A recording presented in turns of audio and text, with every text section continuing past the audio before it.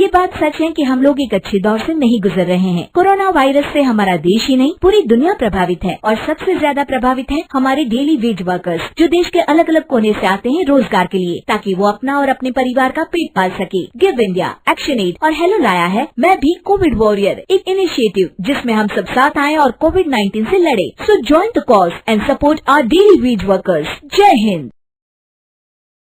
जब बहू ने खा ली हंसने वाली दवा। किशनगढ़ गांव में कीर्ति अपने बेटे दिवाकर और बहू अंशु के साथ रहा करती थी। तीनों बहुत ही हंसी खुशी अपना जीवन व्यतीत कर रहे होते हैं। अरे बहू, आज खाना मैं बना देती हूँ। नहीं माँ जी, आप क्यों तकलीफ कर रही हैं? आप आराम कीजिए, खाना मैं ही बनाऊंगी। कितनी अच्छी बहू मिली है मुझे, भगवान ऐसी बहू सबको दे।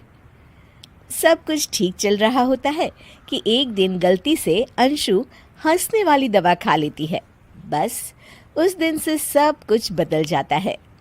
अरे बहू, मेरे घुटनों में बहुत दर्द हो रहा है, जरा बाम तो दे दे। अरे बाम लगा कर क्या करोगी माँ जी?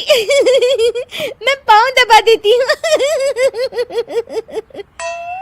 अरे एक तो मुझे पाँव दर्द हो रहा है, ऊपर से तुम हंस रही हो। आई एम सॉरी माँ जी। अरे फिर से हंस रही है, जा तू मेरे कमरे से, मुझे तुझसे बात नहीं करनी। हे भगवान, ये क्या हो गया? अब माँ जी क्या सोचेगी? 2 दिन बाद कीर्ति घर में किटी पार्टी रखती है। उसकी सभी सहेलियां घर आने वाली होती हैं।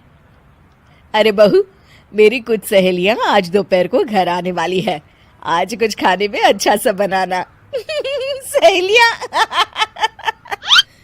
क्यों, मेरी सहेलियां नहीं हो सकती क्या?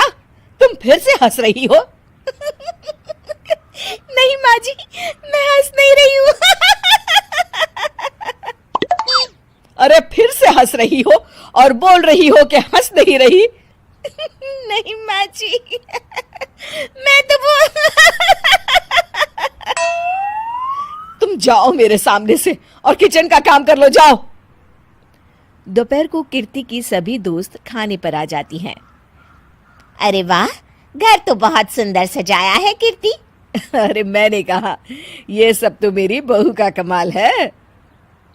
अरे वाह, बड़ी गुनी है तुम्हारी बहू तो। हाँ हाँ, खाना भी अच्छा बनाया है। हाँ, बहुत ही गुनी है। तो हमको नहीं मिलवाओगी क्या, या छुपा कर रखोगी अपनी हीरे जैसी बहू को? अरे नहीं नहीं, अभी बुलाती हूँ। अंशु, ओ अंशु, बहू रानी। अंशु बाहर आती है। जी माँ जी।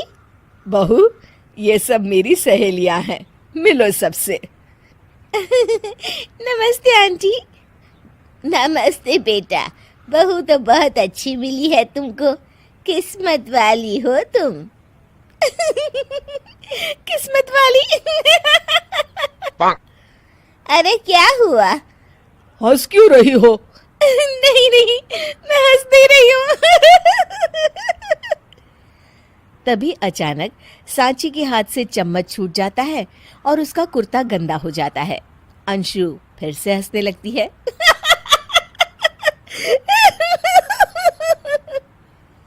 इधर सब सहेलियां गुस्सा होकर चली जाती हैं। कीर्ति भी नाराज होकर अपने कमरे में चली जाती है। हे भगवान, ये मैंने क्या कर डाला? इस तरह से तो माँ जी और उनकी सहेलियां नाराज हो गई। अगले दिन। बहू, ओ बहू, किधर हो? जी माँ जी। जल्दी से मेरे साथ चलो, पड़ोस वाले शर्मा जी की हार्ट अटैक से मौत हो गई है, उनके घर बैठक के लिए जाना है। अंशु तैयार होकर आ जाती है। थोड़ी देर में दोनों शर्मा जी के घर पहुंच जाती हैं। वहां पर सब रो रहे होते हैं। कीर्ति शर्मा जी की बीवी के पास बैठकर उन्हें सांत्वना देने लगती है। बड़े अच्छे इंसान थे मेरे पति। अच्छा। तुम हंस क्यों रही हो? वो अच्छे थे। हाँ हाँ, बहुत अच्छे थे अंकल। अरे अंशु हंस मत। माँ जी मैं हंस दे रही। मैं तो आंटी जी को बस दिलासा दे रही थी। सब औरतें अंशु की इस हरकत से हैरान हो जाती हैं। कीर्ति भी बहुत शर्मिंदा होती है और वो अंशु को लेकर फटाफट घर लौट आती है। अंशु क्या हो गया है तुझे? हंस क्यों रही थी तू वहां पर? नहीं माँ जी मैं तो बस अरे तो फिर से हंस दी। जा तू अपने कमरे में, मुझे तो तुझसे बात ही नहीं करनी। मेरा बेटा ही तुझसे बात करेगा अब। रात को जब दिवाकर घर लौट आता है तो कीर्ति दिवाकर को सब कुछ बताती है।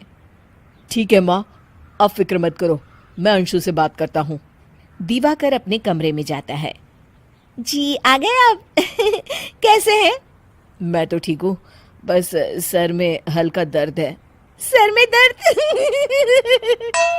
अरे इसमें हंसने की क्या बात है? नहीं मैं हंस नहीं रही हूँ। मुझे तो फिक्र हो रही है आपकी। एक तो मेरे सर में दर्द है, ऊपर से तुम हंस रही हो। अरे कैसे समझाऊं मैं आपको? मैं हंस नहीं रही। अंशु तुम इस घर से चली जाओ। माँ ने मुझे बताया जो भी तुमने शर्मा आंटी के घर किया और किटी पार्टी में भी। नहीं जी मैं ऐसे नहीं हूँ। तो अभी क्या हुआ था? क्यों हंस रही थी तुम? रुकिए मैं आपको सब कुछ बताती हूँ आपको सब कुछ।